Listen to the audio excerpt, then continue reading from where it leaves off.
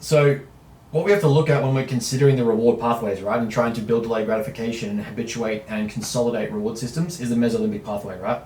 That is basically the reward circuitry of the brain, prefrontal cortex to the mesolimbic system.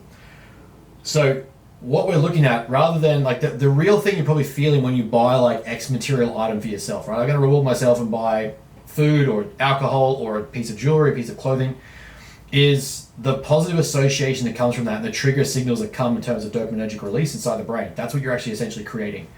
You're rewarding yourself with a positive feeling, and that's the association that you're making to that action. When it comes to trying to make it immaterial, it's trying to identify what is something that you enjoy that gives you a similar sense of reward or a relatively associated reward that doesn't necessarily have to be a thing.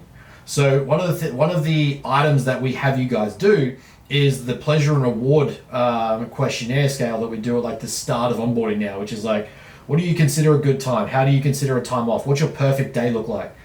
The reason why we do that is so when we're looking for positive association or positive reward reinforcement, it's not just a tangible item that you get rewarded with, but more so how does it create a state of mind or the neurological response that we're trying to create.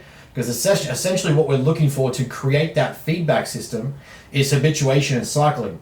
Essentially, dopamine starts to become more of an anticipatory neurotransmitter as opposed to I feel good when I get this. So essentially what you want to happen over time is you ingrain this system so quickly, so frequently and so consistently that the positive feedback loop starts to create positive anticipation and association. You actually get motivated by the idea of doing the thing and it drives you to do it. Whereas when we get started, the thing comes first and we have to do it to then get the reward.